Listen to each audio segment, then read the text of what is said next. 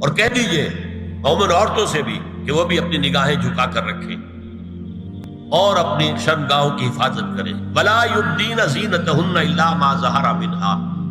محرموں سے پردہ کیا ہے؟ محرموں سے اس کا نام ستر ہے. عورت کا پورا جسم ستر ہے سوائے چہرے کی ٹکیا اور یہ ہاتھ اور یہ پاؤں، بس. کیا مطلب ہے؟ بھائی بھی نہیں دیکھ سکتا بہن کے جسم کا کوئی اور حصہ، باپ بھی نہیں دیکھ سکتا بیٹی کے جسم کا کوئی حصہ. یہ ستر ہے. ستر محرموں سے پردہ ہے. وَلْيَضْرِبْنَ بِخُمُرِهِنَّ عَلَى جُيُوبِهِنَّ. یہ بھی گھر کے اندر کی بات ہو رہی ہے، کیونکہ میں پہلے بتا چکا ہوں جلباب ہوتا تھا جب گھر سے باہر نکلتی تھی عورت تو وہ اپنی چادر لپیٹتی تھی اپنے گرد، چہرہ نہیں ڈھانپتی تھی. صرف چہرے کا حکم دیا گیا اس کے ضمن میں. وہ سورہ احزاب کی آیت ہے، وہ رہ گئی، وہ میں بیان کروں گا. اور خمار اوڑھنی ہوتی تھی جو گھر میں اوڑھتی تھی. گھر میں ظاہر بات ہے کہ جلباب تو نہیں لیا جا سکتا، آخر گھر کا کام کاج کرنا ہے. ہلکی سی اوڑھنی وہ گھر میں. لیکن فرمایا اور انہیں چاہیے کہ اپنی اوڑھیوں کے بکل اوڑھنیوں کے اپنے سینوں کے اوپر، گریبانوں کے اوپر بھی مار لیا کریں. اب اس کے بعد فرمایا یہاں یہ زینت کا لفظ آ رہا ہے چہرے کے، اور چہرے ہی میں کچھ سنگھار بھی ہوتا ہے. اب ان کے لیے کہا گیا کہ چہرے کی زینت اور چہرے کے اوپر اگر کوئی بناؤ سنگھار ہے، زیور ہے، تو اس کی زینت نہ ظاہر کریں. مگر اب یہ یہاں تفصیلی آئی ہے، جو محرم ہیں ان کی تفصیل. تو فرمایا کن کے سامنے ظاہر کر سکتی ہے؟ سب سے بڑھ کر تو شوہر، اور آبائہن، اور یہ آپ نے باپ. اچھا، باپوں میں نوٹ کی نہیں، باپ حقیقی ہو، اخیافی ہو، اللاتی ہو یا رضاعی ہو، یہ چاروں قسم کے باپ اس میں شامل ہیں. جس عورت نے دودھ پلایا تھا اس کا شوہر بھی باپ بن گیا. اور آبائے بعولتہن، اپنے شوہروں کے باپ، یا ابنائہن، ان کے اپنے بیٹے. بیٹوں میں بھی آئیں گے چاروں، اللاتی، اخیافی، عینی اور رضاعی. او ابنائے بعولتہن، اور اپنے شوہروں کے بیٹے. ہو سکتا ہے شوہروں کی اور بیویاں بھی ہوں تو ان کے بیٹے بھی، جو ستیلے بیٹے ہیں وہ بھی محرم، ان سے کسی شکل میں کبھی شادی نہیں ہو سکتی. او اخوانہن، یا ان کے بھائی. او ابنائہن، یا اپنے بیٹے. او ابنائے بعولتہن، یا اپنے شوہروں کے بیٹے. او اخوانہن، یا اپنے بھائی. او بنی اخوانہن، یا اپنے بھائیوں کے بیٹے. او بنی اخواتہن، اپنا بھتیجا. اپنا بھتیجا، شوہر کا بھتیجا نہیں، اپنا بھتیجا محرم ہے. اپنا بھانجا محرم ہے، شوہر کا بھانجا محرم نہیں ہے. او نسائہن، یا ان کی عورتیں، اپنی عورتیں، جان پہچان کی عورتیں. او ما ملکت ایمانہن، یا جو ان کے داہنے ہاتھوں کی ملکیت، باندیاں، غلام. کچھ ایسے لوگ بھی ہوتے ہیں، کوئی کسی کے گھر میں کوئی اندھا آدمی رہ رہا ہے، یا کوئی اور کسی وجہ سے کوئی مریض ہے، اسے آپ نے بنا دے رکھی ہے، انہیں عورتوں سے کوئی سروکار نہیں ہوتا. اب الطفل الذین لم یظہروا علی عورات النساء، یا وہ بچے کہ جن پر ابھی عورتوں کے پوشیدہ حالات واضح ہی نہیں ہے، پتہ ہی نہیں ہے انہیں، ابھی انہیں جنس کا کوئی احساس ہی نہیں. یہ ہے فہرست جو دی گئی ہے کہ جن کے سامنے عورت کھلے چہرے کے ساتھ اور اپنی جو اضافی زینت بھی ہو، کوئی زیور وغیرہ یا کوئی بھی سرما وغیرہ ڈالا ہوا ہے یا کوئی سرخی کو لگائی ہے معمولی سی، تو اس کے ساتھ آ سکتی ہے. اور یہ وہ رشتے ہیں کہ جن سے کسی حالت میں بھی نکاح نہیں ہو سکتا. آگے سنیے. اور چلتے ہوئے اپنے پاؤں زور سے نہ مارے کہ ان کی زینت ظاہر ہو جائے.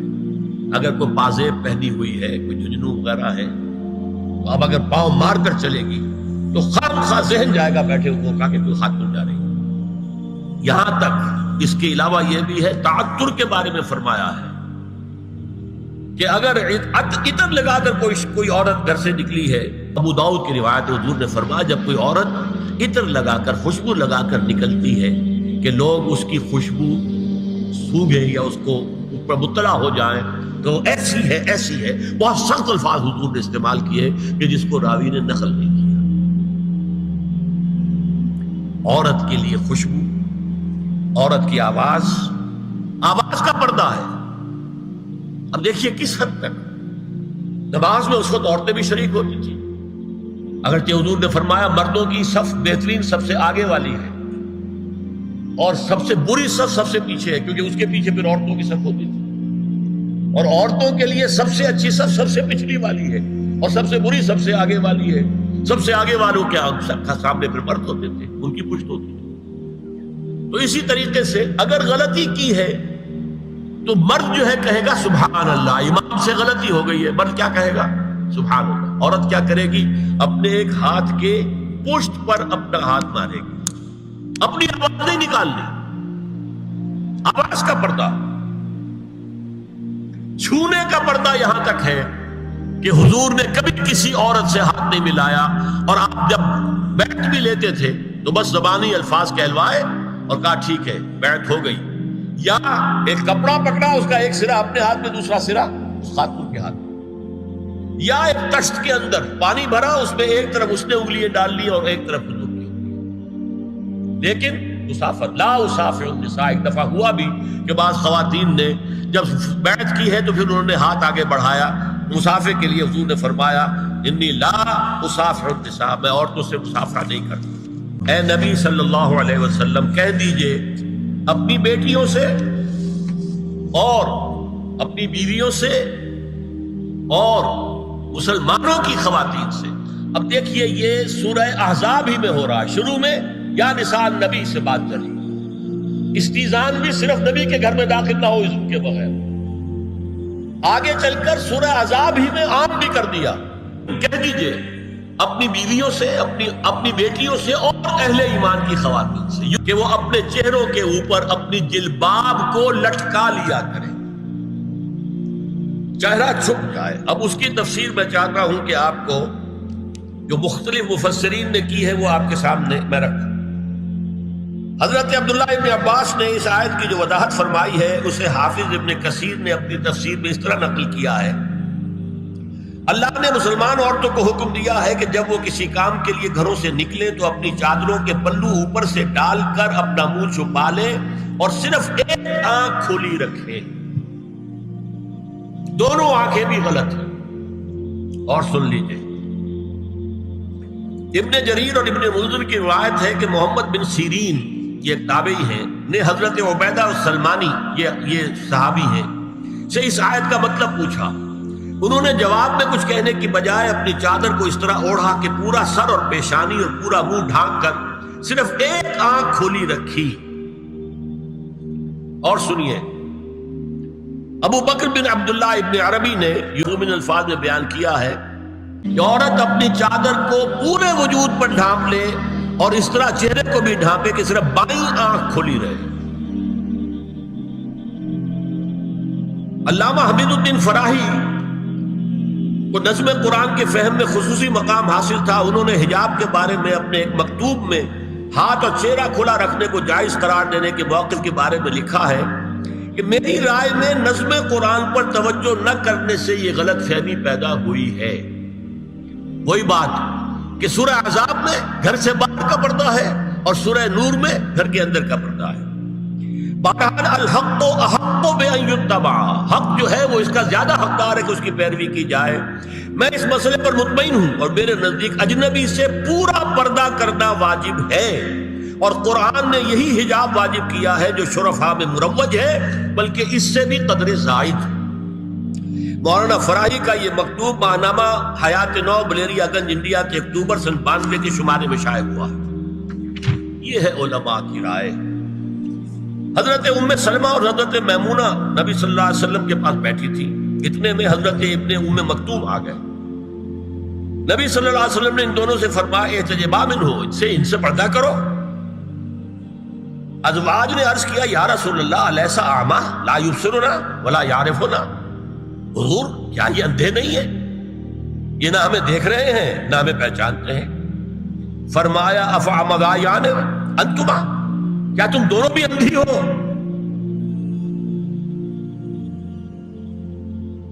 الا تبصران ہی، کیا تم نہیں دیکھ رہی ان کو؟ حضرت ام سلمہ تصریح کرتی ہیں ذالک بعد ان امر بالحجاب، یہ جب حجاب کا حکم آ گیا تھا تب حضور نے پھر یہ حکم دیا۔ اس کی وجہ کیا تھی؟ حضرت عبداللہ ابن مکتوم کا گھر میں آنا جانا تھا، تو اگرچہ اندھے ہیں لیکن یہ کہ یہ بار بار کا آنا جانا، اس سے فتنے کا ایک دروازہ کھل سکتا، اس دروازے کو بند کر دیا گیا۔ حضرت عائشہ کے پاس ایک نابینا آیا تو انہوں نے اس سے پردہ کیا، کہا گیا کہ آپ اس سے پردہ کیوں کرتی ہیں، یہ تو آپ کو نہیں دیکھ سکتا۔ جواب میں حضرت ام المومنین نے فرمایا لیکنی انظر الیہ، میں تو اسے دیکھ رہی ہوں نا، اور مرد کو دیکھے۔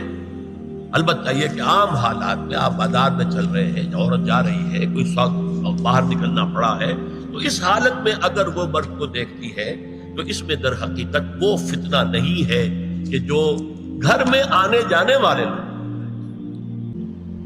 میں تو آپ کو سنا نہیں سکا، میرے پاس تو بہت زیادہ حدیثوں کا مواد تھا۔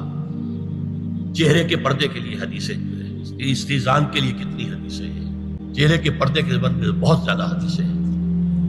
حضرت ام خلاد ایک خاتون تھی، ان کا بیٹا ایک غزوے میں شہید ہو گیا، وہ اس کے بارے میں کچھ پوچھنے کے لیے حضور کے پاس آئی، صحابہ بیٹھے ہوئے تھے، انہوں نے نقاب ڈالا ہوا تھا، منتقبۃ، نقاب کا لفظ بھی حدیث میں موجود ہے، اور یہ لوگ کہتے ہیں نقاب تو جو ہے یہ بعد کی پیداوار ہے، یہ لفظ کوئی ہے ہی نہیں۔ حجاب کا لفظ قرآن میں ہے، جلباب کا لفظ قرآن میں ہے، خمار کا ذکر قرآن میں ہے، اور یہ منتقبۃ، نقاب ڈالی۔ لوگوں نے کہا عجیب عورت ہے یہ، اس کا بچہ شہید ہو گیا ہے، مطلب یہ کہ سخت صدمے کی کیفیت، اور یہ اس وقت بھی اس نے نقاب ڈالی ہوئی ہے۔ تو انہوں نے جواب دیا ان ارزو ابنی لا ارزو حیائی، میں نے بیٹا کھویا ہے، اپنی حیا نہیں کھوئی ہے۔